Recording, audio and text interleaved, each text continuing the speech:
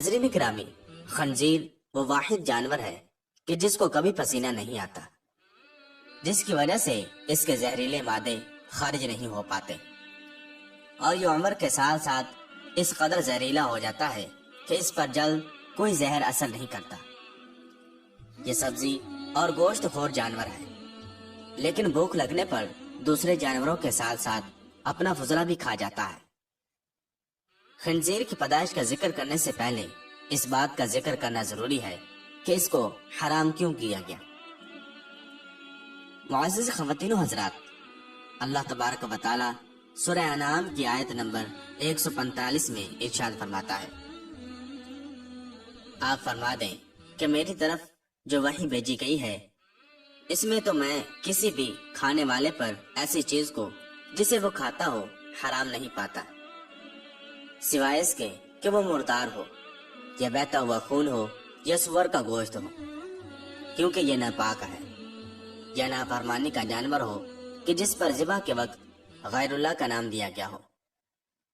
پھر جو شخص بھوک کے باعث سخت لاچار ہو جائے، نہ تو نافرمانی کر رہا ہو اور نہ ہی حد سے تجاوز کر رہا ہو، تو بے شک آپ کا رب بڑا بخشنے والا نہایت مہربان ہے۔ معزز دوستو، اس آیت کے علاوہ سورہ مائدہ کی آیت نمبر 3، سورہ بقرہ کی آیت نمبر 173 اور سورہ نحل کی آیت نمبر 115 میں بھی خنزیر کا گوشت کھانا اللہ تبارک و تعالی نے سختی سے منع کیا ہے۔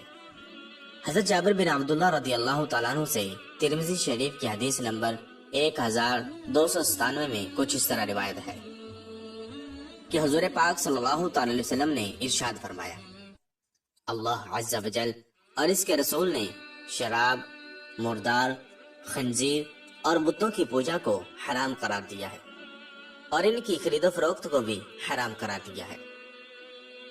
اب اس سوال کے جواب کی طرف چلتے ہیں کہ خنزیر حرام کیوں کیا گیا۔ ناظرین گرامی، ابھی جو قرآن کریم کی سورہ انعام کی آیت نمبر 145 بیان کی گئی، اس میں اللہ تبارک و تعالی نے خنزیر کے حرام ہونے کی وجہ اس کی ناپاکی بتائی ہے، یعنی خنزیر اس قدر ناپاک اور غلیظ جانور ہے کہ اسے مسلمانوں پر حرام قرار دیا گیا، اور یہ اس قدر بدبودار جانور ہے کہ مغربی دنیا نے اس کے جسم پر لگانے کے لیے مختلف قسم کی پرفیومز بنا رکھے ہیں، جنہیں وہ خنزیر کے جسم پر ملتے ہیں۔ اگر وہ ایسا نہ کریں تو وہ خود بھی اپنے پالتو جانور کے پاس نہیں جا سکتے۔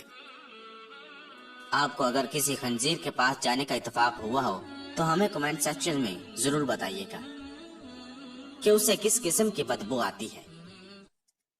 معزز دوستو، خنزیر نجس العین ہے۔ حضرت نوح علیہ السلام سے لے کر حضرت محمد صلی اللہ تعالی علیہ وسلم تک تمام انبیاء خنزیر کو حرام قرار دیتے آئے ہیں، یہاں تک کہ جب حضرت عیسیٰ علیہ السلام نازل ہوں گے تو وہ بھی خنزیر کو قتل کریں گے، جو کہ اس بات کی نشانی ہوگی کہ خنزیر نجس العین اور حرام ہے۔ اسی وجہ سے حضرت عیسیٰ علیہ السلام خنزیر کو قتل کر کے یہ بتائیں گے کہ یہ حرام جانور ہے۔ خنزیر کے اندر عادات ذمیمہ یعنی بری خصلتیں پائی جاتی ہیں، جس کی وجہ سے اس کے کھانے والے میں بھی اس کے اثرات منتقل ہوتے ہیں، اور یہ آپ خنزیر کھانے والے قوموں میں اچھی طرح ملاحظہ کر سکتے ہیں کہ وہ کیسے بے شرمی کی انتہا کو چھو رہے ہیں۔ معزز دوستو، خنزیر اپنی مادہ کے لیے خود دوسرے نر کو پسند کرتا ہے، اور ان کو گھیر کر اپنی مادہ کے پاس لاتا ہے اور خود ہی ان دونوں کا ملاپ کرواتا ہے۔ یہ دنیا کا واحد جانور ہے جو کہ ہم جنس پرستی کو بہت پسند کرتا ہے۔ انہی عادات اور خصلتوں کی وجہ سے خنزیر کو قرآن پاک میں ناپاک کہہ کر پکارا گیا ہے، اور یہی وجہ ہے کہ آج خنزیر کو کھانے والوں میں خنزیر کی ہی یہ سب ناپاک عادتیں عام ہو چکی ہیں۔ اسی لیے قرآن و حدیث میں خنزیر سے کسی بھی قسم کا فائدہ اٹھانے سے منع کیا گیا ہے۔ روایات موجود ہیں کہ یہ کسی بھی نبی کی امت کے لیے حلال نہیں کیا گیا۔